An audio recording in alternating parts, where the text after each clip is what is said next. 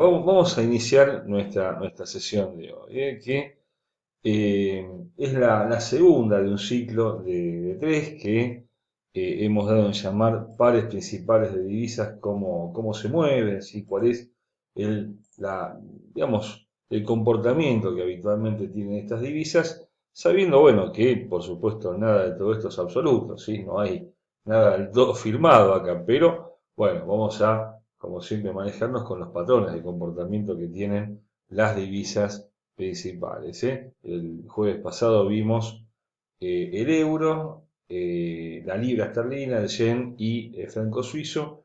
Hoy vamos a seguir con tres monedas más y dos pares que denominamos paridades cruzadas, que son el euro-yen y la libra frente al yen también, ¿eh? Pero vamos a comenzar con el dólar australiano, ¿eh? Una moneda que es muy parecida en su comportamiento al dólar de Nueva Zelanda, al dólar neozelandés. Habitualmente o coloquialmente se le dice el Aussie, al dólar australiano, y es una de las monedas denominadas monedas commodities, ¿sí? Que están vinculadas a las materias primas, ¿eh? ¿Cuáles son los movimientos habituales que tiene el Aussie? Bueno, en principio, los datos de la economía de Australia, siendo que, bueno, al igual que cualquier otro país, tiene sus datos de empleo, datos de inflación, de PBI, eh, inflación, lo dijimos, ventas minoristas, entre otros datos, ¿sí? Datos de construcción, es un país realmente muy fuerte y es una moneda que en verdad luce bastante sólida, ¿sí? Es una moneda que en general ofrece movimientos muy tranquilos, ideal para aquellos que están comenzando en la actividad, porque bueno, tiene movimientos menos volátiles que otras divisas, mucho menos que la libra esterlina, por ejemplo, y hay pares como el dólar australiano frente al yen que, bueno, dan buenos movimientos, ¿sí? Sin que se generen tanta amplitud de precios, que es lo que a veces puede complicar. Estos datos de la economía de Australia en general son muy sólidos, tienen pocas variantes y por eso, bueno, lo que se busca muchas veces es pistas hacia dónde puede ir el Banco de la Reserva de Australia, ¿sí? En RBA, como se lo denomina en inglés, su sigla, que también ha tenido algunos movimientos importantes en cuanto a tipos de interés en los últimos tiempos. Vamos a ver ahora qué es lo que ha pasado con esta tasa de interés, pero también se mueve en función de, bueno, digamos, su contraparte directa, que es el dólar. Eh, por favor, si podemos silenciar los micrófonos, ¿eh? Ahí está.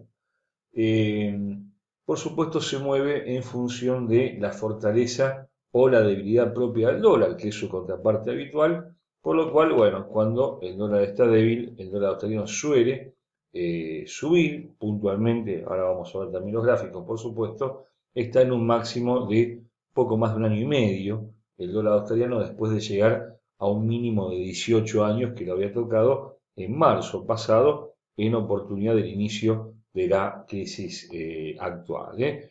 Pero también, y aquí está la particularidad de estas dos monedas de Oceanía, las dos monedas principales, que ambas naciones, tanto Australia como Nueva Zelanda, dependen en gran parte del comportamiento de la economía china, ¿sí? Por eso, bueno, cuando se conocen datos de Estados Unidos o cuando hay conflictos entre Estados Unidos y China, y hay que mirar por el costadito también cuál es el comportamiento del OSI, ¿sí? Porque claro, cuando hay problemas como los hubo y fuertes, ¿eh? Y hasta hace muy poco, parece que nos olvidamos todos ahora porque el 15 de enero se firmó un acuerdo comercial, un acuerdo fase uno entre Estados Unidos y China, que de alguna manera terminó con ese conflicto tan complicado a nivel comercial, pero se han sumado otros. Ustedes sabrán que hay aplicaciones como TikTok,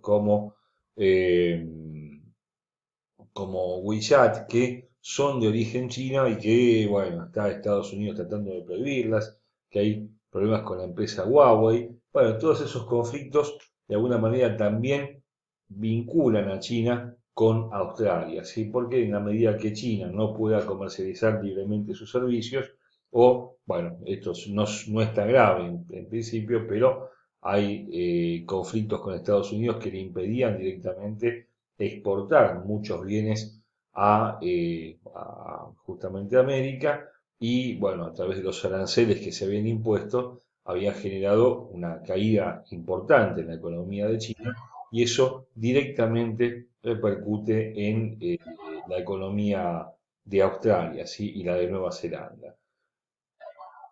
Quisiera pensar que no se nos ha cortado internet, ¿verdad? Vamos a ver, pero bueno, esperamos que no. Les pido un instante, por favor. Perfecto, bueno, estos avatares que han tenido los conflictos entre Estados Unidos y China impactaron de forma importante en el dólar australiano, ¿sí? En los años anteriores, vamos a ver ahora desde, bueno, la práctica, qué es lo que ha pasado, pero también el australiano se mueve en función de la búsqueda o la salida de parte de los inversores de activos agresivos, ¿sí? Dado que, bueno, los únicos activos de refugio en cuanto a las monedas, por lo menos, son el dólar y el yen japonés, ¿eh? De manera que, bueno, el australiano está visto como una moneda un poco más riesgosa, agresiva que estas otras dos monedas. Y también de acuerdo se mueve de acuerdo a la fortaleza o debilidad del oro. Así que si uno mira los gráficos del oro y del dólar australiano, y tienen realmente mucho que ver, ¿sí? Tienen mucho, mucho, mucho que ver. De manera que vamos a salir por un instante de esta presentación y vamos a ver qué es lo que nos dice, bueno, la página del Banco de la Reserva de Australia, ¿eh? Una tasa de interés que se mantiene en el 0,25%, con una inflación del menos 0,3, es decir, una deflación del 0,3%. Esto es muy negativo, ¿eh? Todos los bancos centrales de primer orden lo que buscan es, bueno, tener lo que buscan todos los bancos centrales es tener una inflación de aproximadamente el 2%, y bueno, esto no está sucediendo, por supuesto, en Australia, ¿eh? Es un banco central que suele tener, bueno, un comportamiento muy, muy sobrio, suele tomar decisiones de política monetaria importantes y es gobernado por el señor Philip Lowe de hace varios años. Cuando miramos la política monetaria del Banco de Australia, vemos que es uno de los bancos centrales que más ha subido la tasa de interés durante los primeros años de la década anterior y que, bueno, no bajó tanto la tasa con la crisis de 2009, 2008-2009, volvió a tener inflación y esto tiene que ver, por supuesto, con el crecimiento de la economía de China, que también le dio un crecimiento fuerte a la economía local para que, bueno, después, a partir de 2012-2013, comenzó a bajar esa tasa de interés en la certeza de que, bueno, la cosa se estaba poniendo muy complicada en China también y, bueno, tuvo que bajar rápidamente la tasa cuando se complicó, se agravó el conflicto de China con Estados Unidos y eso repercutió claramente en la economía australiana. De manera que el Banco Central se vio obligado a bajar la tasa de interés que había llegado a estar, bueno, un poco más alta, en verdad, que la del Banco Central Europeo y la Fed, en el 7%, a el actual 0,25%. Esto siempre se conoce a principio de mes y esto tiene que ver con el mismo comportamiento que tiene la mayoría de los bancos centrales en tasas de interés mínimas, ¿sí? En algunos casos inclusive son negativas y esto por supuesto se ve claramente en el dólar australiano, ¿eh? Un dólar australiano que, vamos a ver los gráficos diarios, lo cual le da un poco más de certeza a este gráfico, ¿eh? Mínimo de 18 años, del año 2002, no estaba tan abajo, en 0,55 el dólar australiano a principios de marzo o a mediados de marzo de este año, para situarse ahora mismo, y esto fue ayer, esta misma semana, en un máximo que no alcanzaba desde, bueno, mucho más ahora, desde noviembre o desde diciembre de 2018, ¿sí? Yo les había dicho, bueno, un año y medio, un poco más de un año y medio, y con una perspectiva alcista, en verdad, para las próximas semanas y los próximos meses. ¿Qué es lo que está sucediendo? Bueno, hay una salida, evidentemente, de la crisis a nivel global, y esto está, bueno, generando que el dólar australiano se haya fortalecido en todos los frentes. Una particularidad de estas tasas de interés es que, bueno, Japón siempre mantuvo una tasa de interés muy baja, muy baja. Estuvo en el 0,1, después en 0 y ahora menos 0,1. Y ese diferencial de tasa de interés es lo que generaba hace muchos años que los operadores practicaban lo que se denomina el carry trade, es decir, tomar una deuda en una tasa muy baja como el yen y volcar esos activos en el dólar australiano a tasa muy alta. Y eso, bueno, tiene una cuota de riesgo muy alta, dado que si las cosas no van bien y se aprecia mucho el yen, eso puede generar una pérdida muy importante. Una modalidad que se utiliza mucho, tomando deuda de una moneda de valor muy barato y colocando esa deuda o colocando ese dinero a tasa en una plaza mucho más cara. El dólar australiano en verdad es una moneda que se mantiene generalmente en orden a 0,70, sí, 0,70, 0,75. Ese es aproximadamente, perdón, a ver si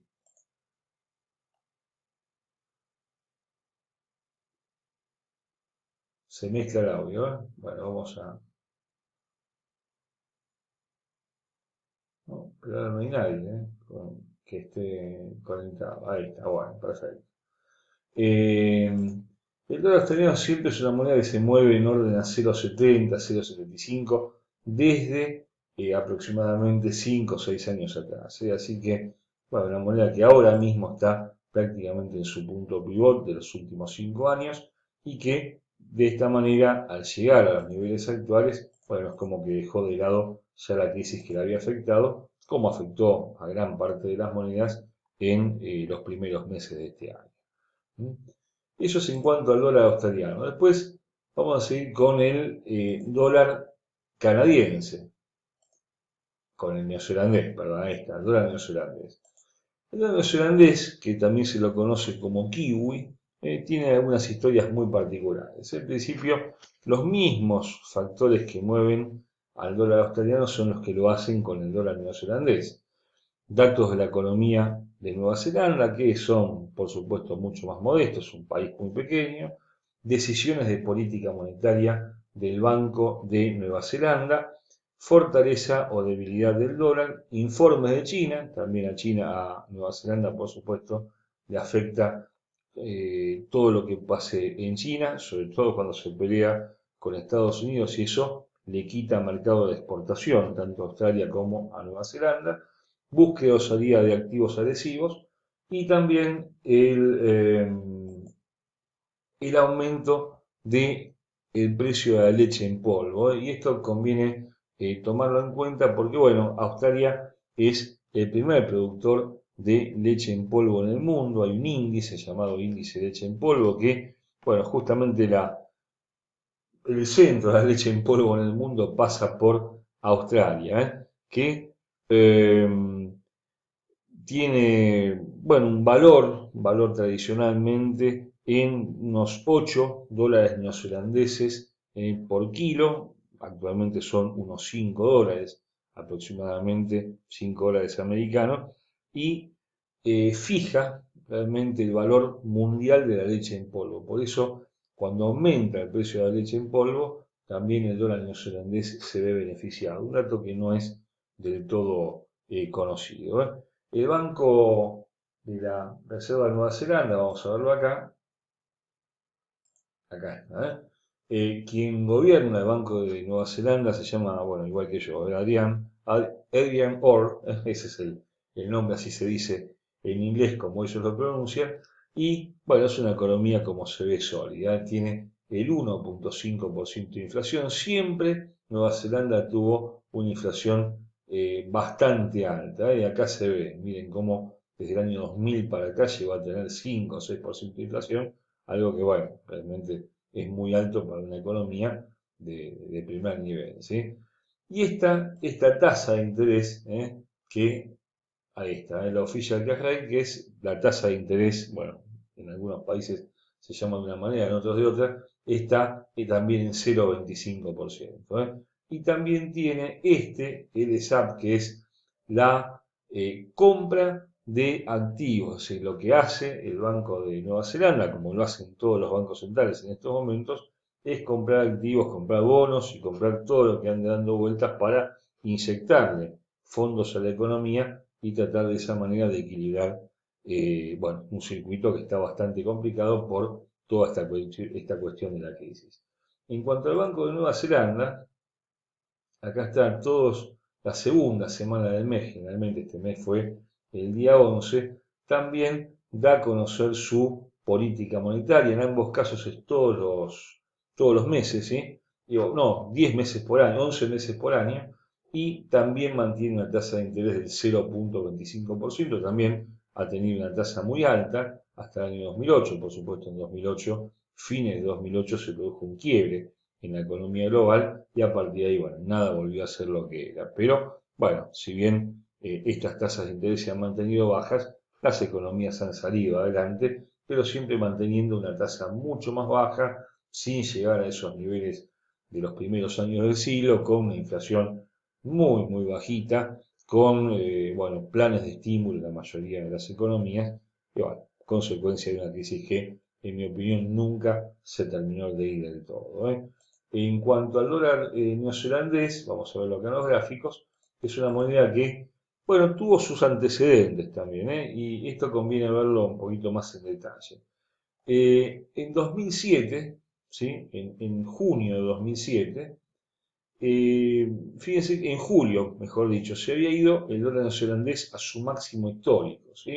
En 0,8105. Y el 11 de junio de 2007, una de las fechas que me acuerdo de las tantas que han quedado en la memoria, el Banco de Nueva Zelanda vendió una cantidad descomunal de dólares neozelandeses para bajarlo. Y lo logró momentáneamente y cayó unos 1.500 puntos en, bueno, poco menos de 2 meses. Esto fue el día 11 de junio y, bueno, finalizó julio ya con una recuperación. Y esto demuestra el poco efecto que tienen las intervenciones directas por parte de los bancos centrales. ¿Sí? Cuando los bancos centrales intervienen directamente en los tipos de cambio, suelen pasar estas cosas. Así que tienen efecto, bueno, este bastante largo, duró un mes y medio, habitualmente duran horas o muy pocos días. El Banco de Japón antes acostumbraba a tomar este tipo de medidas.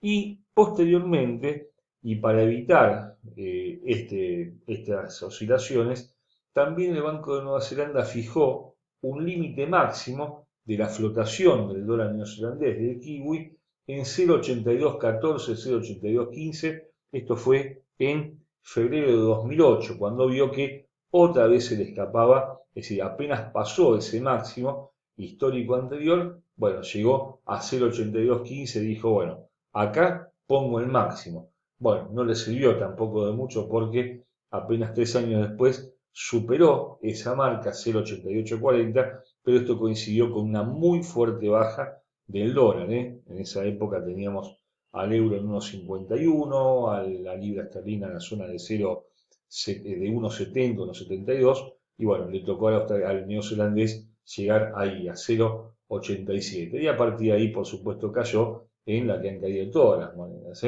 Una fuerte devaluación, un crecimiento importante del dólar en todos los frentes, y eso hizo que a partir de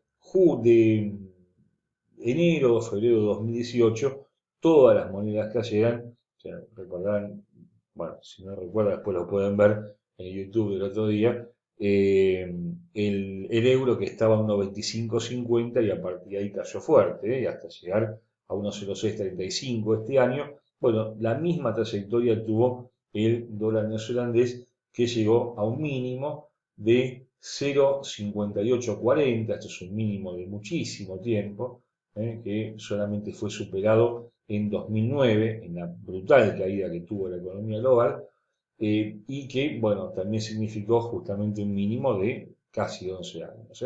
A partir de ahí se levanta, cuanto con menos énfasis que el dólar australiano, no está en máximos tan importantes. Fíjense que el neozelandés está en máximos de aproximadamente 8 o 9 meses nada más, pero no logró recuperarse como sí lo ha hecho el dólar australiano. Si uno toma, bueno, esta corta línea de tendencia en el gráfico mensual, pareciera así tener un movimiento por delante bastante importante. Los indicadores muestran que probablemente sí supere esta línea de tendencia, pero le va a costar un poquito. Ya en agosto no parece que vaya a hacerlo. Se encontró con este máximo en julio y bueno, en agosto está ahora ligeramente a la baja. En cuanto a la otra moneda que tenemos directa contra el dólar para ver, es esta, el dólar canadiense. Una moneda muy interesante, muy agradable para ver, tiene movimientos muy marcados, pero bueno, es una de las monedas también denominadas commodities, ¿sí? ¿Y de qué depende? Bueno, del petróleo, enteramente del petróleo. Claro, Canadá no es Australia, no es Nueva Zelanda, está en otro hemisferio, tiene como vecino único a Estados Unidos, con lo bueno y lo malo que eso significa, pertenece a la Asociación de Libre Comercio con México y Estados Unidos, de la cual, bueno, salió ligeramente beneficiada cuando se cambió el NAFTA al UNSCA, como lo llaman en Estados Unidos, al nuevo acuerdo comercial, y depende en gran parte del precio del petróleo. Ahora vamos a ver la vinculación que tiene el Luni con el precio del petróleo. Cuando sube el petróleo se aprecia el dólar canadiense, cuando baja el petróleo pasa todo lo contrario. ¿De qué depende también el dólar australiano? De los datos de la economía de Canadá. Y acá hay una particularidad importante, y es que los datos de Canadá son muy volátiles y muy imprevisibles. Y es llamativo, y nunca entendí bien por qué, pero siempre que se espera un dato para un lado sale para el otro. ¿Sí? Con lo cual, bueno, si uno siempre dice no peleemos con los informes, en este caso mucho más todavía, porque generalmente cuando se espera un dato muy bueno sale muy malo y viceversa. Y también, por supuesto, depende de la política monetaria del Banco de Canadá, que actualmente es gobernado por Tiff Macklem, perdón, que asumió hace muy poquito, estaba el gobernador Polos hasta hace muy poco y asumió el señor Macklem en los últimos meses. También una moneda que depende mucho de la debilidad del dólar, de la fortaleza del dólar, pero también, por supuesto, de los datos propios de Estados Unidos. Ustedes saben que son vecinos y se llevan muy bien y en verdad, bueno, tienen todo un intercambio comercial y cultural muy sólido, pero bueno, Estados Unidos cada tanto tiene alguna actitud un poquito más agresiva contra Canadá y Canadá, por supuesto, es muy grande, pero es un país que al lado de Estados Unidos es en verdad muy modesto.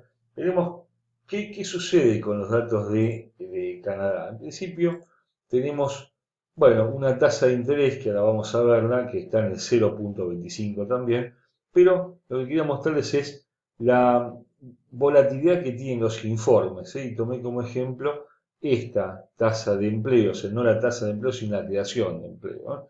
Fíjense que este punto naranja marca lo que espera el mercado y, bueno, la línea azul lo que efectivamente se publica y no tiene nada que ver. ¿Sí? Siempre sale algo totalmente distinto a lo que se espera. O sea, siempre el puntito ese queda por encima o por debajo de lo esperado. ¿Sí? Y bueno, y esto no hace a que sean demasiado confiables estos informes. Pero bueno, cosas de la economía canadiense. La tasa de interés del Banco de Canadá se mantiene, vamos a ver si la encontramos, creo que me salté, fue el día 15, ¿verdad? 15 de julio, todavía me acuerdo, 15 de julio, ahí está. 0,25% la tasa de interés de Canadá.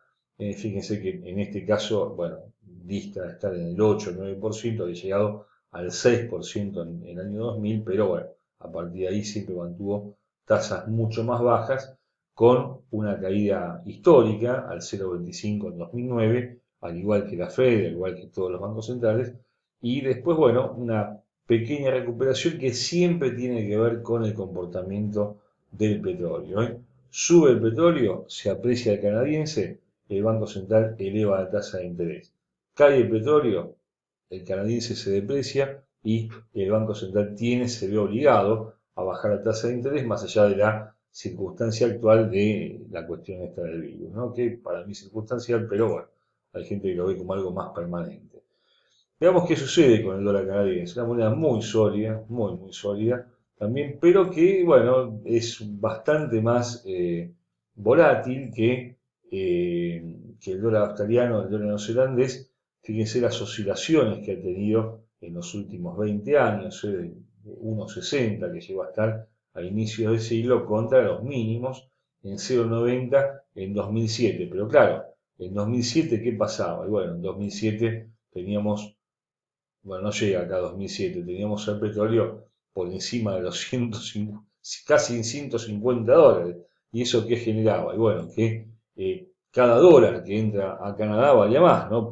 Mejor dicho, cada varía menos porque al exportar petróleo, si cada barril de petróleo que exporto vale más, y bueno, me entran más dólares, con lo cual ahí está, el dólar vale menos. Les había dicho lo contrario. Pero claro, bajó el petróleo, llegó la crisis de 2008, que acá todavía no llegamos a verla, bueno, cae el petróleo y por supuesto aumenta, sube muy fuerte el dólar en Canadá hasta 1,30, ¿sí? Que paradójicamente es muy parecido al valor actual. Se vuelve a apreciar el dólar canadiense y otra vez cae el petróleo nuevamente, que ahí sí creo que ya lo tenemos. Este es el euro, ¿no? Ahí está, en 2014. Llega el petróleo a un mínimo histórico, en $25, y esto coincide, por supuesto, con una caída casi histórica del dólar canadiense a la zona de 1,47. Ven que el mercado tiene memoria, ¿no? Miren lo que toca acá y miren lo que tocó ahí en marzo de este año. ¿Y con qué tiene que ver este nuevo mínimo del canadiense? Bueno, también con la caída del petróleo, esta fue histórica, fue la última, la de marzo, que lo llevó al precio del spot a menos $40, quedó en $8 los futuros, estos son los futuros de West Texas, y bueno, eso por supuesto generó una caída del canadiense que lo llevó al mismo nivel que había tocado hace 6 años. Y a partir de ahí, ¿qué pasó? Y bueno, a partir de ahí lo que se esperaba, sube el petróleo 5 meses seguidos, y bueno, baja el canadiense, o sea, baja el dólar de Canadá 5 meses seguidos. Y lo encuentra ahora en 1,3170, sin demasiadas pretensiones el canadiense, con una tendencia que de todas maneras sigue favoreciendo al dólar, se sigue manteniendo alcista. El par está intentando justamente en este mes crear esta línea de tendencia alcista en gráficos mensuales. No es, digamos, el propósito de hoy hacer mucho análisis técnico, pero digamos que está ahí, está pegadito a una línea de velocidad por un lado, una línea de tendencia por otro, y bueno, si logra despejar toda esta zona de 1,30, ahí puede haber un movimiento favorable al Luni, como se lo denomina, pero, insisto, va a depender mucho de lo que suceda con el petróleo, un petróleo que hace 2 meses que está muy tranquilo, petróleo que está ahí esperando y viendo a ver qué es lo que sucede, sube a poquito, llega a máximos de marzo, claro, en marzo tuvo su primera gran debacle del petróleo y fíjense cómo entre el 6 y el 9 de marzo, esto fue ahí, entre el 6 y el 9 de marzo se produce una caída de $15 de petróleo histórica y miren lo que pasó con el dólar canadiense en esos mismos días, entre el 6 y el 9 de marzo, una caída fuertísima del canadiense, esto fue del viernes 6 al lunes 9, deja un fuerte gap que lo lleva a 1,47 prácticamente, y a partir de ahí levanta el petróleo, levanta el canadiense. Y en el medio que nos dejó de regalo, igual, un triángulo descendente de unos 550 puntos que lo cubre, que lo cumple y que cubre en el camino, habrá dicho hola, vengo a cubrir este gap, y lo cubrió y volvió a subir. Así que, como ven, el técnico no se equivoca, y es como Fibonacci, que nunca se equivoca. Bueno, el análisis técnico en general, del cual por supuesto Fibo forma parte, tampoco nunca se equivoca, o tampoco se equivoca, quise decir. Bueno, El dólar canadiense, creo que vimos, perdón, la tasa de interés no vimos la página del Banco de Canadá, mantiene una tasa de interés del 0,25%, lo acabamos de ver acá, ahí está, y tiene una tasa de inflación del 0,1%, muy baja, muy baja para lo que espera eh, Canadá, 1,3%, esta, ¿no? La trimestral 1,7% y lejos del 2% que necesita la economía para mantenerse en equilibrio como quiere el Banco de Canadá. Así que bueno, hubo alguna consulta que no logré responder, vamos a dejar los gráficos puestos. Eh, ¿Por qué la moneda neozelandesa tiene mayor valor que el mismo dólar cuando la economía de Nueva Zelanda no es la número uno? No, es más barato el neozelandés. El neozelandés, recuerde que los pares tienen una composición donde el dólar es la moneda cotizada, ¿sí? En los que estamos viendo, ¿no? El dólar australiano es la moneda base, el dólar neozelandés, el dólar americano, la cotizada. En el caso del neozelandés, el dólar neozelandés es la moneda base y el dólar es la moneda cotizada. De manera que si para comprar un dólar neozelandés me hacen falta 0,65 dólares, cuando sube el par se está apreciando el dólar neozelandés, cuando baja el par se está apreciando el dólar americano. Es decir, si tiende a 1, está subiendo, si me piden 1 a 1, se está apreciando el dólar neozelandés. Cuando cae el par, cuando tiende a 0, digamos, a 0,55 como tocó en marzo, se está depreciando la moneda neozelandesa y se aprecia el dólar. Es decir, si esto llega a 50, y bueno, un dólar son 2 dólares neozelandeses. Pero ahora debe ser un poquito más, ¿no? 0,65 será 1,40 aproximadamente. Pero bueno, se toma de otra manera. La paridad siempre se toma neozelandés dólar, pero el dólar es moneda mucho más fuerte que el neozelandés, que el australiano y que el canadiense. Este es más fácil, ¿sí? Porque bueno, acá decimos un dólar es 1,31, pero están más o menos igual, ¿sí? 1,31 equivalía a 0,70, digamos, ¿no? Si le damos vuelta a la ecuación, ¿sí? Y vamos a ver dos pares cruzados, ¿sí? Que no los elegimos al azar, el euro-yen y la libra frente al yen, porque son los dos pares cruzados más importantes. ¿Por qué se llaman cruzados? Porque cruzan dos pares, ¿sí? Que son el euro-dólar y el dólar frente al yen, ¿sí? Su precio surge de multiplicar ambos pares, no tiene fundamentales, es una combinación de precios, ¿sí? Ahora vamos a ver de dónde salen estos pares, estos movimientos. Y los movimientos opuestos entre ambas monedas frente al dólar le dan una mayor amplitud de precios y volatilidad. Esto es más fácil, ¿sí? Acá no intervienen los bancos centrales, acá interviene solamente una paridad matemática, ¿eh? Vamos a ver ahora mismo, ¿eh? Ahora mismo el dólar, el euro yen cotiza 125,40. Muy bien. ¿De dónde sale esa paridad 125,40? Vamos a abrir nuestra calculadora atómica y multiplicamos el ask, es decir, la compra de 1,1857, 1, ¿sí? Bueno, ya que está, no, 1,18, ahora sí, 57,1, por el dólar yen en la columna de venta, 105,77. De ahí, punto más, punto menos, da 125,41, ¿sí? Con esto se desmitifica que el petróleo, que el oro, que el neozelandés, no, los pares cruzados, ninguna moneda cotiza en forma directa contra otra moneda si no pasa por el dólar. Creo que el jueves pasado vimos que en una oportunidad el Banco de Suiza ancló al dólar, al franco suizo ante el euro por una circunstancia excepcional, pero bueno, no es lo habitual, ¿sí? Entonces, esta es una paridad que tiene que sale o que redunda de la multiplicación del par euro-dólar y dólar-yen, ¿sí? Entonces, ¿cuándo es que se mueve al alza este par? Y bueno, cuando se aprecia el euro ante el dólar, ¿sí? Como se apreció en los últimos tiempos, y cuando el yen, bueno, o no se aprecia o se deprecia frente al dólar, ¿sí? En este caso, y habría que medirlo punto por punto, ¿sí? Lo cual sería, bueno, ya medio complicado, pero si nosotros vemos que ambos pares van al alza, ¿sí? Si ambos pares van al alza, ¿qué significa? Que se está apreciando el euro y se está apreciando el dólar. Quiere decir que se está apreciando el euro frente al dólar y se está apreciando el dólar frente al yen. En otras palabras, se está depreciando el yen. Y si se aprecia mucho el euro y se deprecia mucho el yen, pasan estas cosas, ¿sí? Que se aprecia el euro, se deprecia el yen y antes me pedían 101, este es el dólar yen, perdón, vamos acá, ahí está, ¿sí? Vamos a buscar en los gráficos diarios, movimientos grandes, ahí está, ¿eh?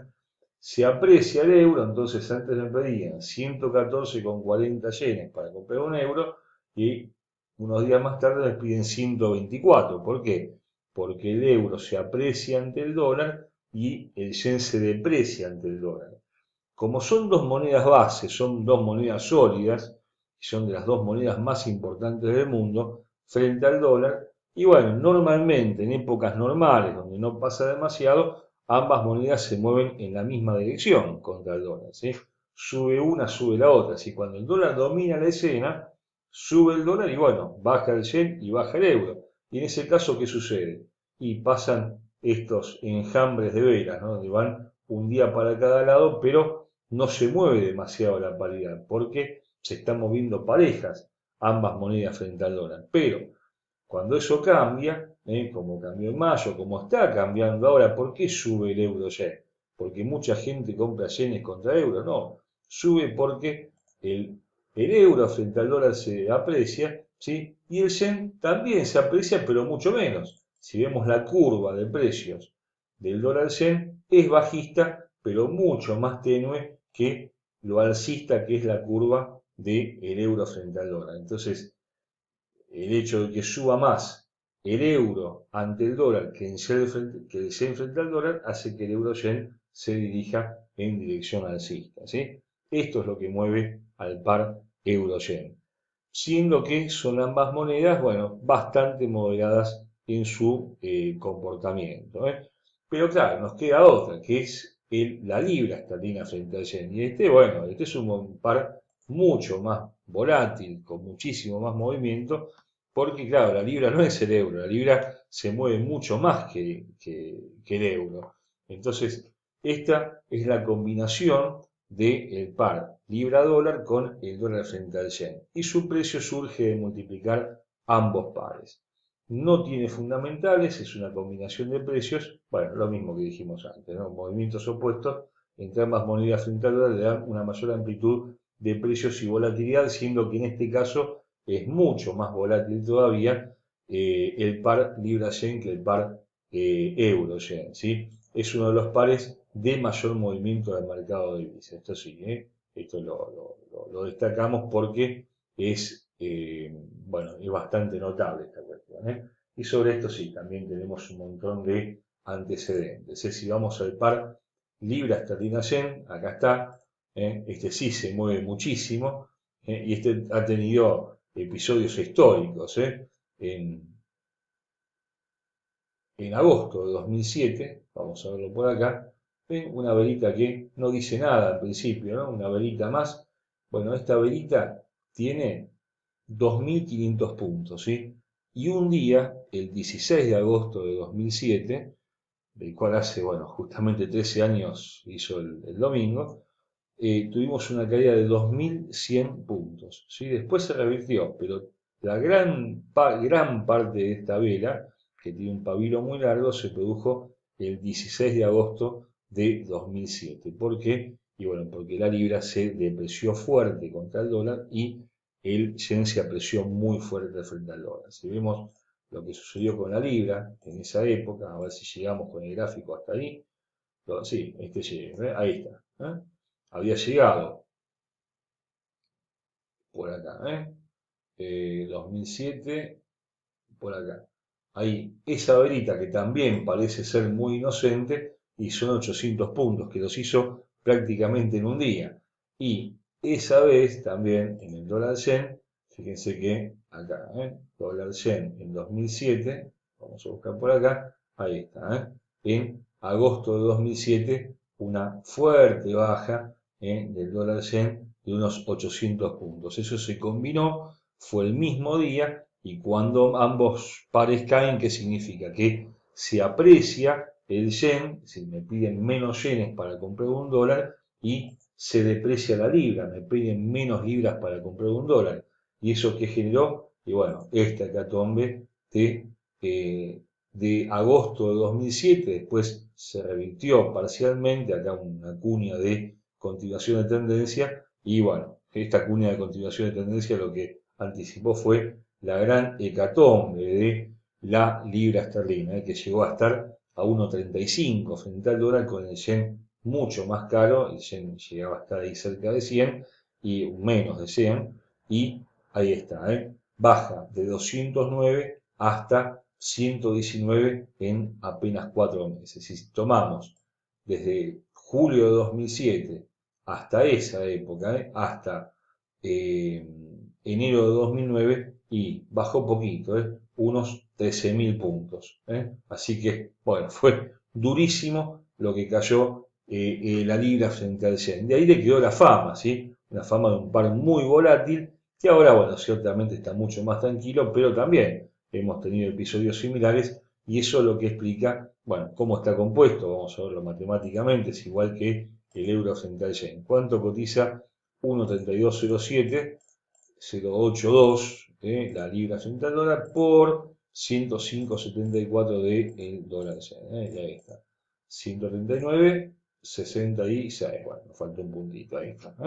Esto no tiene fundamentales y, bueno, trata justamente de un par cruzado. Pero claro, el comportamiento que tiene la libra frente al dólar no es el mismo del euro, ¿sí? La libra es una moneda tradicionalmente mucho más volátil, y bueno, eso es lo que genera que se produzcan estas oscilaciones de precios. Bueno, ¿qué pasa cuando el mercado está así? Que va y viene, y bueno, esto quiere decir que ambas monedas se están manejando muy parejas frente al dólar, ¿sí? Entonces, si miramos lo que pasó en los últimos días, y bueno, tenemos el yen que sube un poquito y bajó, ayer bajó, hoy vuelve a subir, y la libra esterlina que estuvo en máximos del año, pero miren cómo ven, tienen un comportamiento muy parecido. ¿Y eso qué hace? Bueno, que ambas monedas, si se mueven más o menos parejas entre el dólar, también neutralizan los movimientos de los pares cruzados. Esto, por supuesto, se repite con todos los pares cruzados. Estamos hablando de los dos que, bueno, más se operan, los dos más seguidos por el público, pero esto, por supuesto, sucede en todas las paridades. Bueno, qué manera de hablar. ¿Alguna consulta? Ahí terminamos ya. Ya creo que terminamos. Sí, sí, tenemos la próxima. ¿Qué tenemos? Ya tenemos todo armadito para las próximas dos. La próxima tenemos el oro, la plata y el platino. Y vamos a ver los índices también. El Dow Jones, el Standard Poor's 500 y el Nasdaq 100. Y el jueves 3 de septiembre vamos a ver sobre una vieja sesión que hemos visto, que se llama la magia de Fibonacci, que bueno, Fibonacci es mago. Para quienes me conocen saben que soy muy fanático de Fibonacci. Y bueno, pero ¿por qué? Y bueno, porque es el que mejor cumple con todo lo que uno quiere. Así que bueno, ahí estamos. Bueno, si tienes preguntas, consultas, críticas, no, si son muy feas las críticas, no las publiquen. Me avisan nada más. Consultas,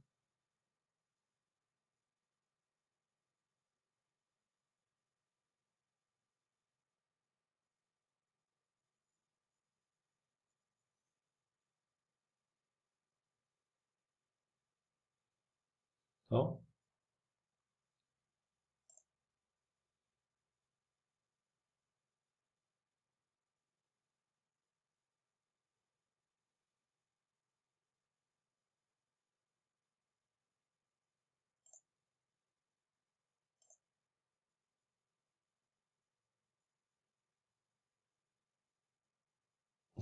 Muchas gracias.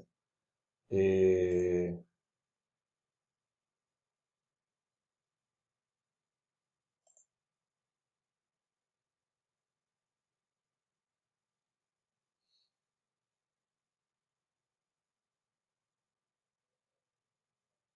Bueno, muchas gracias, Javier, muy amable.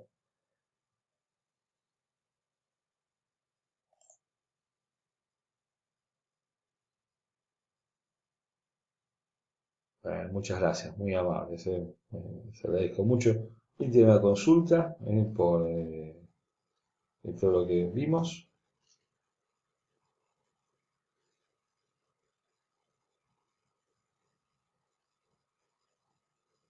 ¿no?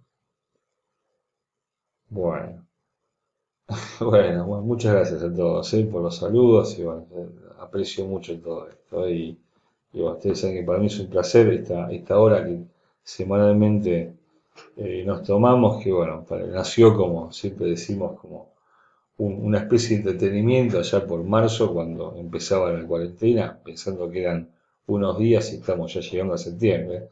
Y acá seguimos todavía, pero bueno, ya la seguiremos, ya queda como tradición, todos los jueves a esta misma hora. ¿Mm? Bueno, les dejo nuestros